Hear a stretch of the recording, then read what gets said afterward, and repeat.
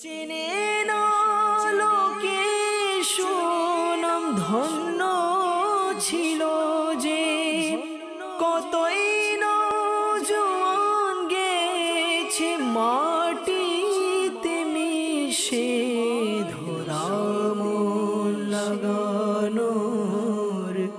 জায়গা তো নহে। আলহামদুলিল্লাহি রাব্বিল আলামিন, আসসালাতু ওয়াসসালামু আলা সাইয়্যিদিল মুরসালিন, আম্মা বা'দ, ফাআউযু বিল্লাহি মিনাশ শাইতানির রাজীম, বিসমিল্লাহির রহমানির রহিম। আসসালাতু ওয়াসসালামু আলাইকা ইয়া রাসূলুল্লাহ ওয়া আলা আলিকা ওয়া আসহাবিকা ইয়া হাবিবাল্লাহ। আসসালাতু ওয়াসসালামু আলাইকা ইয়া নবিয়াল্লাহ ওয়া আলা আলিকা ওয়া আসহাবিকা। হুজুর আকরাম সাল্লাল্লাহু তাআলা আলাইহি ওয়াসাল্লাম ইরশাদ করেছেন, যে ব্যক্তি আমার উপর একবার দুরূদ শরীফ পাঠ করবে, আল্লাহ তাআলা ওই ব্যক্তির উপর 10 বার রহমত নাজিল করেন। সাল্লু আলাল হাবিব সাল্লাল্লাহু তাআলা আলা মুহাম্মদ সাল্লাল্লাহু তাআলা আলাইহি ওয়াসাল্লাম। মাদানী চ্যানেলের দর্শক শ্রোতা, অনুষ্ঠান খ্যাতিমানেরা হলো নিশ্চিহ্ন যেভাবে। বিগত দিনে আপনারা আলহামদুলিল্লাহ কয়েকটি পর্ব দেখেছেন মাদানী চ্যানেলের মাধ্যমে। এই অনুষ্ঠানে আমরা ওই সকল ব্যক্তিদেরকে নিয়ে আলোচনা করে থাকি যাদের জীবনীতে পাওয়া যায় কিছু সময় দুর্চরিত্র, কিছু সময় মিথ্যাচার, মানুষের উপরে অত্যাচার, আল্লাহ তাবারক ওয়া তাআলার নাফরমানি কাজে লিপ্ত। আজও এই অনুষ্ঠানে একজন ব্যক্তির জীবনী নিয়ে আলোচনা করব। একজন বাদশাহ ধরতে পারেন, এর জীবনী নিয়ে আলোচনা করব আমরা। আর সে দুনিয়াতে সুখ পাওয়ার জন্য, দুনিয়াতে আরাম আয়েশ করার জন্য অনেক কিছু করেছে। এক সময় তার নাম অনেক ছিল, মানুষ তার ভয়ে থরথর করে কাঁপত, তার হুকুম, তার আইন, তার রাজত্বের মধ্যে চলত, মানুষ তাকে খুব ভয় পেত। অন্যান্য বাদশাহ যারা ছিল তাদের দরবার থেকে যখন কোনো সংবাদদাতা আসতো এই বাদশার কাছে, এসে দেখত তার এই মহল কত সুন্দর করে সে তৈরি করেছিল। আর ওই বাদশার নাম ছিল নওশেরওয়া। যখন অন্য অন্য বাদশাহের দরবার থেকে কেউ সংবাদ নিয়ে তার কাছে আসতো, আর তার এই বাদশার যে মহল ছিল এগুলো ঘুরে ঘুরে দেখত, এত সুন্দর করে সে তৈরি করেছিল এই বাদশার দরবার। একবার রোম শহরের বাদশার যে সংবাদদাতা আছে সে আসলো, এসে এই নওশেরওয়ার যে দরবার ছিল, রাজত্ব ছিল, সে এখানে এসে অবাক হয়ে গেল যে এত সুন্দর একটি রাজমহল আমি তো কখনো দেখিনি। সে এই দরবারের, এই রাজত্বের যে উজির ছিল তাদেরকে নিয়ে রাজমহলে প্রবেশ করলো। প্রবেশ করে ঘুরে ঘুরে দেখতে লাগলো যে এত সুন্দর করে এই রাজমহলটি তৈরি করা হয়েছে। আর এই বাদশাহ নওশেরওয়া সে এই দুনিয়ার সুখ শান্তি লোভ লালসায় পড়ে সে এই সকল করেছিল। এরপরে যখন এই রোম শহরের বাদশার যে সংবাদদাতা আসছিল, সে ঘুরতে ঘুরতে এক পর্যায়ে মহলের সামনে চলে আসলো, রাজপ্রসাদের সামনে চলে আসলো। এসে সে একটি বিষয় দেখে আরও অবাক হয়ে গেল। দেখলো ওখানে হাতির দাঁত দিয়ে কিছু কাজ করানো হয়েছে।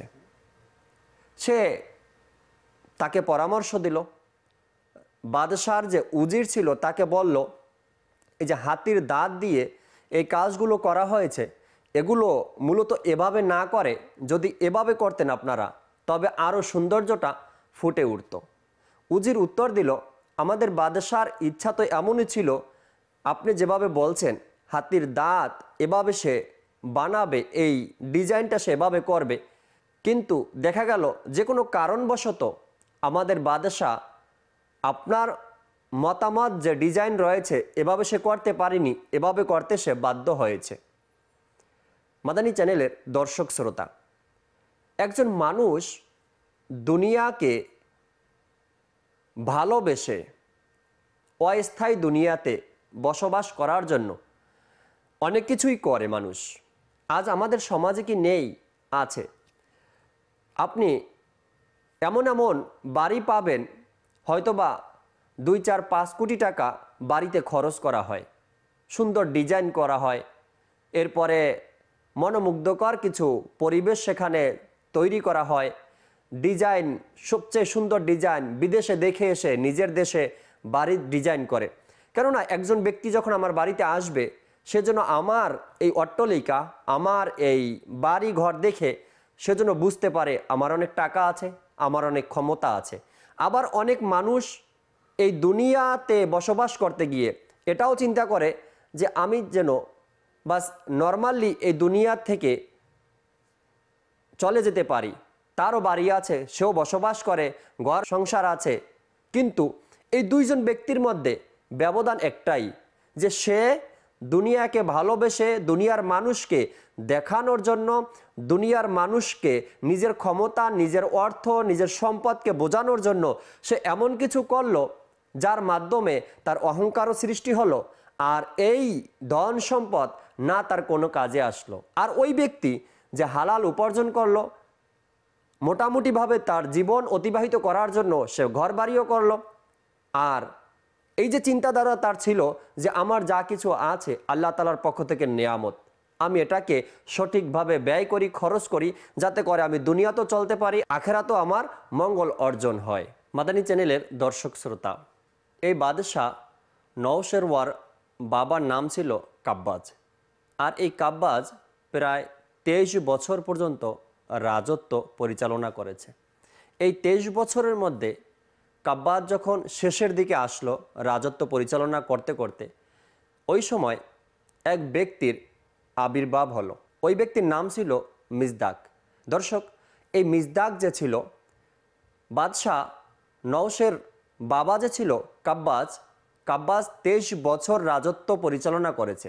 আর এই 23 বছরের মধ্যে এই মিজদাক কাব্বাজের শেষের দিকে, অর্থাৎ 23 বছর যখন তার হলো, এর শেষের দিকে এই মিজদাক আবির্ভাব হয়েছে তার। আর সে কিন্তু নাস্তিক ছিল। যখন কাব্বাজ ছিল বাদশাহ আর মিজদাক তারই জমানার মধ্যে এসেছে, দুইজনার আলাদা আলাদা গ্রুপিং হয়ে গেল। কিছু মানুষ কাব্বাজের পক্ষে আর কিছু মানুষ মিজদাকের পক্ষে।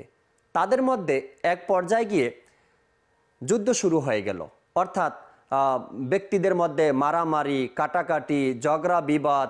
এরপরে কেউ কাব্বাজের লোককে পানি বন্ধ করে দেয়, আবার কেউ মিজদাকের লোককে খানা বন্ধ করে দেয়, কেউ এই পক্ষের মানুষকে মেরে দেয়, কেউ তাদেরকে জেলে বন্দি করে দেয়। এভাবে করে কিছুদিন অতিবাহিত হওয়ার পরে যখন কাব্বাজ দেখলো যে তার জীবন নিয়ে এখন খুব বিপদের মধ্যে সে আছে, ওই মুহূর্তে সে নিজের রাজত্ব ছেড়ে পলায়ন করলো, সে চলে গেল। এখানে একটি বিষয় দর্শক শ্রোতা, যে বাদশাহ এত সুন্দর মহল তৈরি করলো, আর যিনি এত বছর ধরে রাজত্ব পরিচালনা করলো, কিন্তু এখন দেখুন একজন মিথ্যাচার, একজন নাস্তিক, একজন ধর্মবিরোধী লোকের কারণে তার এই রাজত্ব ছেড়ে পালাতে হলো। আর যখন সে দীর্ঘ সময় তার রাজত্বের বাইরে ছিল, তার ভাই তার রাজত্ব পরিচালনা করত।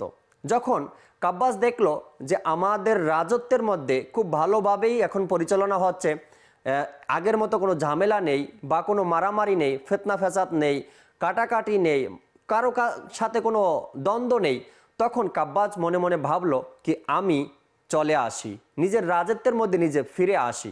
আর কাব্বাজ এটাই করলো, নিজের রাজত্বে নিজে ফিরে আসলো। কিন্তু তার ভাই যে ছিল, তার ভাই তাকে বেশি দিন টিকতে দিল না, বেশি দিন জীবিত রাখলো না। সে দরবারে আসার পরে, রাজত্বে ফিরে আসার পরে তার ভাই, যে তার ভাই রাজত্ব পরিচালনা করত, সেই ভাই তাকে মেরে দিয়েছে, অর্থাৎ তাকে খুন করেছে। দেখুন তো, একটু চিন্তা করে, এই যে সম্পদ, অর্থ, টাকা পয়সা, রাজত্ব, ক্ষমতা মানুষের কেমন বিপদ ডেকে আনে।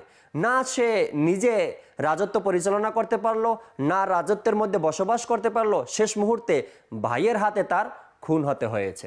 মাদানী চ্যানেলের দর্শক শ্রোতা, আপন ভাইকে খুন করার পরে সেও কিন্তু বেশি দিন রাজত্ব পরিচালনা করতে পারেনি।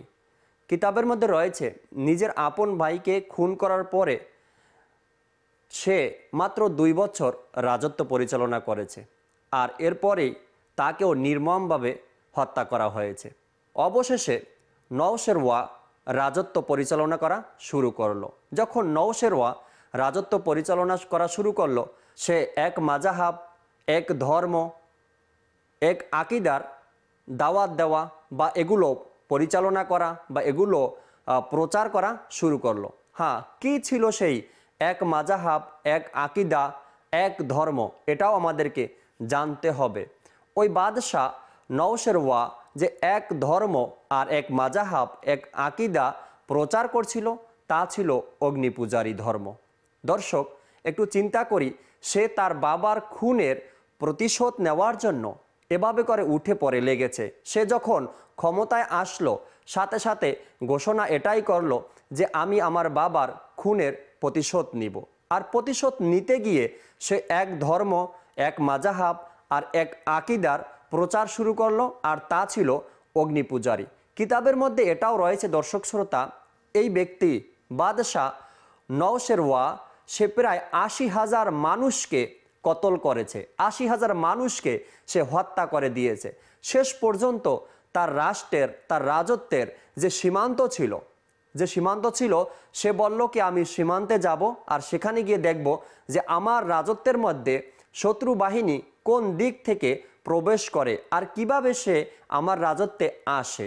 এই বাদশাহ নিজের সেই এক ধর্ম, এক মাযহাব, এক আকীদাকে যখন প্রচার করা শুরু করলো, দেখুন তার বাবার খুনির প্রতিশোধ নেওয়ার জন্য সে নিজের রাজত্বের মধ্যে এই সকল কাজগুলো শুরু করে দিল। না ধর্ম, ইসলাম ধর্মের কোনো সেখানে কাজ ছিল, না মুসলমানদেরকে সে শান্তি দিত, না ইসলামের পক্ষে সে কথা বলতো। সে এক নতুনভাবে ধর্ম প্রচার বা আকীদা বা মাযহাব শুরু করে দিল, তা হলো অগ্নিপূজারী। দর্শক শ্রোতা, কিতাবের মধ্যে পাওয়া যায় যদি কোনো ব্যক্তি বাদশাহ নওশেরওয়ার কথা না মানত, তবে তাকে খুন করা হতো। যদি তার সেই প্রচারের ধর্ম, যেই ধর্মে সে প্রচার করছিল, অগ্নিপূজারী ধর্ম, এই ধর্মের মধ্যে যদি কেউ না আসতো, তবে রাজত্ব থেকে বের করে দেওয়া হতো। তা ওই ব্যক্তির ধন সম্পদকে কেড়ে নেওয়া হতো, ওই ব্যক্তিকে খালি হাতে এই দেশ থেকে অর্থাৎ তার রাজত্ব থেকে বের করে দেওয়া হতো। এভাবে করে জুলুম আর অত্যাচার মানুষের উপরে সে দিন দিন করতে শুরু করে দিল।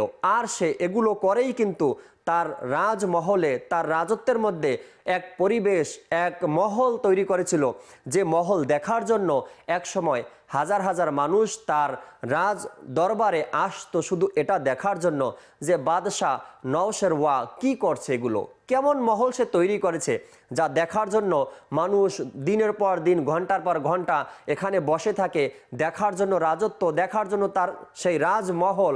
আসলে মানুষের হাতে যখন ক্ষমতা আসে, সে হয়তোবা নিজের ধর্ম, নিজের আখেরাত, নিজের দুনিয়া, নিজের আত্মীয় স্বজন বা নিজের যে এক নীতিরীতি রয়েছে, তাও মানুষ ভুলে যায় যখন তার হাতে ক্ষমতা চলে আসে। একটি কথা এখানে দর্শক শ্রোতা, ক্ষমতা হাতে পাওয়ার পরে যদি আমরা নিজের সেই ক্ষমতাকে সঠিক কাজে ব্যয় করতে না পারি, তবে কিন্তু কিয়ামতের দিন এই ক্ষমতার আর এই শাসনের হিসাব আমাদেরকে দিতে হবে। যেহেতু কোরআনে পাকের মধ্যে আল্লাহ তাবারক ওয়া তাআলা ইরশাদ করেছেন, আর হাদিসে পাকের মধ্যেও নবী পাক সাল্লাল্লাহু তাআলা আলাইহি ওয়াসাল্লাম বারবার আমাদেরকে এটাই বুঝাচ্ছেন যে তোমাকে তোমার জিম্মাদারি হিসাবে, তোমাকে তোমার দায়িত্বের হিসাবে, তোমার যে দায়িত্ব রয়েছে এই দায়িত্বের হিসাবে তোমাকে কিয়ামতের দিন প্রশ্ন করা হবে। আর এই দায়িত্ব তোমাকে কি পালন করেছো, কতটুকু আদায় করেছো, এটার হিসাব তোমাকে দিতে হবে। যখন এক ব্যক্তি সে বাদশাহ হয়, সে রাজত্ব পরিচালনা করে, তার এই রাজত্ব পরিচালনা করতে গিয়ে যা যা রয়েছে এগুলো তাকে দেখতে হবে। আর দেখলে যদি সেগুলো সঠিকভাবে আদায় করতে না পারে, তো রোজ কিয়ামতের দিন তাকে এই জিম্মাদারি, এই দায়িত্ব সম্পর্কে তাকে প্রশ্ন করা হবে। আমরা নিজ নিজ জায়গাতে কিন্তু একজন জিম্মাদার, নিজ নিজ জায়গাতে কিন্তু একজন দায়িত্ববান ব্যক্তি। আমি আমার ঘরে আছি, এটা আমার দায়িত্ব। এখানে নেকির দাওয়াত দেওয়া, সঠিকভাবে নিজের ফ্যামিলি পরিচালনা করা, হালাল উপার্জন করা, তাদেরকে ইসলামের কথাগুলো বোঝানো, শেখানো, এটা আমার জায়গাতে দায়িত্ব।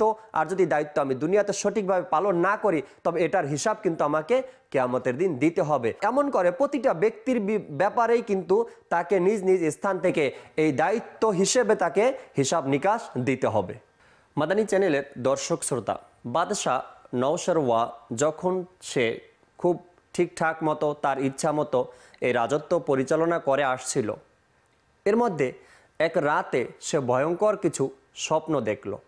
সে সকালে উঠে তার রাজ পরিবারের মধ্যে যারা ছিল, প্রজা ছিল, উজির ছিল, সবাইকে ডাকলো, দাসী চাকর যারা ছিল সবাইকে ডাকলো, ডেকে বলল, আমি রাতে খুব ভয়ঙ্কর স্বপ্ন দেখেছি, কি করা যায় এখন? সবাই অবাক হয়ে বাদশাহ নওশেরওয়ার কথা শুনছে আর তার চেহারা দেখছে। বাদশাহ কি স্বপ্ন এমন দেখলো যার ব্যাখ্যা তাকে জানতে হবে। এক ব্যক্তি তাদের মধ্যে দাঁড়ালো আর দাঁড়িয়ে বলল, এই পৃথিবীর মধ্যে এখন দুইজন ব্যক্তি আছে যারা আপনার স্বপ্নের ব্যাখ্যা দিতে পারবে। বাদশাহ বলল, তাদের দুইজনকে আমার দরবারে ডেকে নিয়ে আসো, আমি তাদের থেকে আমার এই স্বপ্নের ব্যাখ্যা জানতে চাই। তখন ওই স্বপ্নের ব্যাখ্যাকারী ব্যক্তিদেরকে ডাকা হলো। একজন ব্যাখ্যাকারীর সাথে বাদশাহ বসলেন আর কথা বলতে লাগলো। ওই ব্যাখ্যাকারী বলল, বাদশাহ, আপনি যে স্বপ্নে দেখেছেন, আমি কি স্বপ্নের কথা বলবো? বাদশাহ বলল, হ্যাঁ বলো। তখন ওই স্বপ্নের ব্যাখ্যাকারী বলতে লাগলো, বাদশাহ, আজ রাতে আপনি স্বপ্নে দেখেছেন আপনার এই রাজত্ব ভেঙে চুরে গেছে, আর আপনি যে কারুকাজগুলো করেছেন, এই সুন্দর ডিজাইন করেছেন, সবগুলো ধ্বংস হয়ে গিয়েছে। বাদশাহ এটা শুনে বলতে লাগলো, হ্যাঁ তুমি ঠিক বলেছ, আমি এটাই স্বপ্নে দেখেছি, এখন বলো এটার ব্যাখ্যা কি, এমন স্বপ্ন আমি কেন দেখলাম?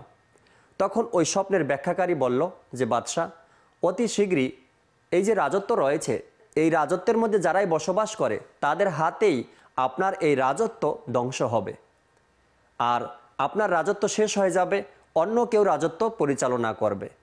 তখন বাদশাহ নওশেরওয়া অবাক হয়ে গেল, না এটা তো হতে পারে না, আমি যতদিন বেঁচে থাকবো ততদিন রাজত্ব পরিচালনা করব, এরপরে আমার বংশ থেকে কেউ না কেউ আসবে। আসলে এমনই মানুষের চিন্তাধারা থাকে দর্শক শ্রোতা, যে আমি আছি আমারই থাকবে, না, কেউ না কেউ একসময় আসবে আপনার পিছনে, আপনার যে খারাপ কাজগুলো রয়েছে এগুলোকে সে শেষ করে দিবে।